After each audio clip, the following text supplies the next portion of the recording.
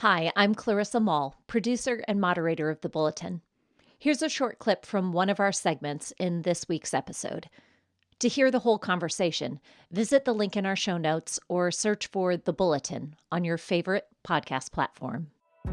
Since mid-November, residents in New Jersey, New York, and Connecticut have been reporting an increase of lights in the night sky, what many have come to believe as UASs, unmanned aircraft systems.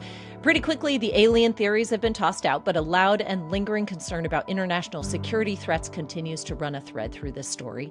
On Tuesday, President Biden remarked that there was no concern for nefarious action by a foreign government, but there are enough loud voices, including President-elect Donald Trump, on social media and elsewhere, who are raising questions about safety and government transparency, that this headline warrants our attention. Back with Mike and me is Nicole Martin, our own Nicole Martin, to talk more about this, as well as former Air National Guard pilot and CNN senior political commentator Adam Kinzinger, our own eye in the sky. Adam and Nicole, thanks for being with us today. You bet. Thank you. So, Adam, I want to begin this conversation by saying it's hard for me to take a neutral voice here. I know that Mike and Nicole really enjoy conversations about UFOs, and this headline really scratches their itch, but I am not a fan. And I just want to say, since he's our eye in the sky, I think we missed an opportunity not having Adam come to us from a helicopter, right? Yeah, like I the traffic would helicopter. a drone. Actually. That's fine. That's totally fine. Yeah. Well, I generally look at headlines like this and I roll my eyes. I don't believe in aliens. I dislike conspiracy theories. Tell me from the very beginning, why should this story matter to people like me?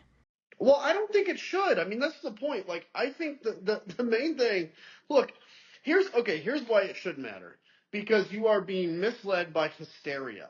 That's really what it is. I mean, look, Jeff Van Drew, a United States congressman. So there were, reports of like increase of, these drone, whatever. Look, and by the way, let's be clear, drones exist. They are real. I have seen drones before. I have flown them. I've seen pictures from them. They're real things. But then, there's these stories about drones. Jeff Van Drew, a U.S. congressman, by the way, puts out that this is an Iranian mothership off the coast of New York. As if, and again, the point is because they want to embarrass Joe Biden. They want to make it look like he's, completely lax while there's an Iranian mothership. There isn't, by the way. And that created the hysteria. That lit the flame. And what you have is everybody started going outside and everybody started looking up at night. And we think that we know what airplanes look like, and usually we do. But on the night sky, we don't pay a lot of attention when airplanes are at 30,000 feet and they're coming towards us, by the way, and they look static. They look like they're not moving. And here's the other thing. When people are zooming in on this stuff with their iPhone, they see a blob, with maybe whatever going on, and it looks like a drone or an orb. But when somebody with these long telephoto lenses zooms in on it, they can tell it's an airplane, and they don't take the picture, which is why all of these pictures are grainy. So look, I just think, to me, this story has really, in a way, bothered me because it is just the hysteria that we live under every day that we don't need to. We create this hysteria ourselves. Mike, how has the government, whether local, state, or national, tried to respond to this crowd hysteria? Well, it's remarkable how many times various people have come out to say essentially what Adam just said, to say, we've looked at it. One of my favorite examples was some politician who had, gone on social media and gone before the press and complained about all of it and said, they're hiding something from us. And he ends up, New Jersey police, I don't know if it was sheriffs or what, but they ended up taking him around to kind of follow some of the sightings one night. And every single one of them was a commercial aircraft flying into Newark. And I think it's, it's one of those things where I think somebody, who knows how it started, but the way I imagine this in my head is that somebody was out one night drinking beers and grilling on their grill, and somebody's neighbor, taped a couple of glow sticks to a drone you can buy at Radio Shack or wherever you buy drones these days. I don't even know if Radio Shack's still around, but they saw something and they taped it and they threw it up on social media, and it caught people's attention, and then people started looking up, and they hadn't looked up before. They never looked up before. And so they hadn't paid attention to it. And so it drew a lot of attention. Now, the other thing that I think is probably going on is a lot of goofballs saw this phenomenon on social media, and they went out to Radio Shack and they bought a drone and a big box of glow sticks, and they've been having a lot of fun making fools of their neighbors for the last few days. What I think is actually really interesting in this story, to follow up on something Adam just said, though, during this election, there was this. You see Elon Musk all the time on Twitter right now saying, Twitter is the new media. This is the new mainstream media. This is where you go to get the facts. This is where you go to get the truth. The mainstream media is holding out on you. And of course, this story is a social media phenomenon, and largely a Twitter phenomenon, somewhat, TikTok and other places, but largely it's a Twitter phenomenon. And it is complete nonsense. And I think what's important for people to note in this is that if I go on, let's say I didn't work for Christianity Today, and I went on Twitter and I made myself a citizen journalist and I posted a bunch of nonsense with videos that either I took or that I stole from other people, or that I created with AI or whatever, and said, I'm documenting all of the drones flying over Louisville, Kentucky. We have a real alien invasion thing going on here. There would be absolutely no accountability for me once it was proven that I was lying. Because who's going to fire me from Twitter? Elon sure isn't.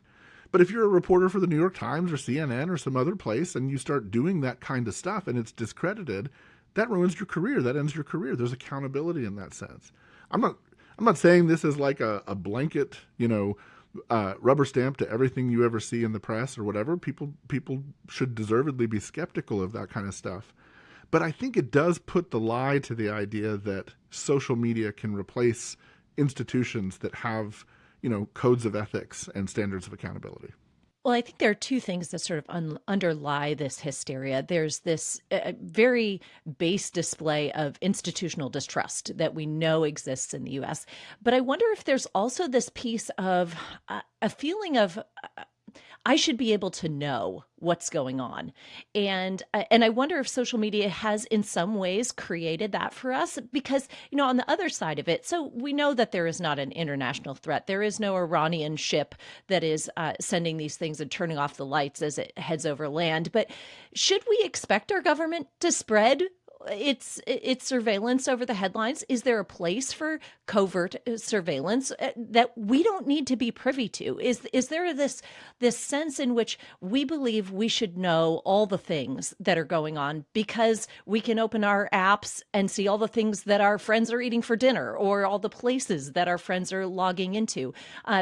Do we have an unfair expectation of the communication we should receive from our government, Adam? Yeah, I think absolutely. Look, the government's job is to, we could get philosophical, but one of its job is to protect you, right? So, I know national security secrets I can't say on this show.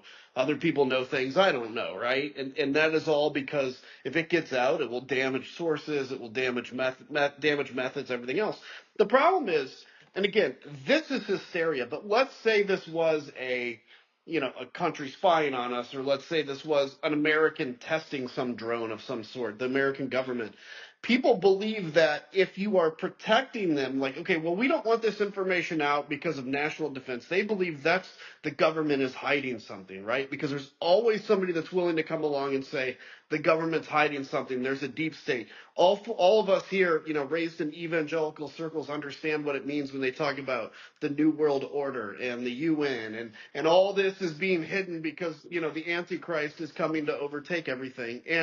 And look, no, in reality, this is what it's always been, which is there is mass hysteria, and sometimes the government does have to keep some secrets when it comes to national defense. That doesn't mean that the government's always right. It's not, trust me. But it does mean if you reject 100% of conspiracy theories, you will be right 99.9% of the time. If you accept all conspiracy theories, you will be right 0.1% of the time. So take your choice. Listen to the full episode wherever podcasts are found.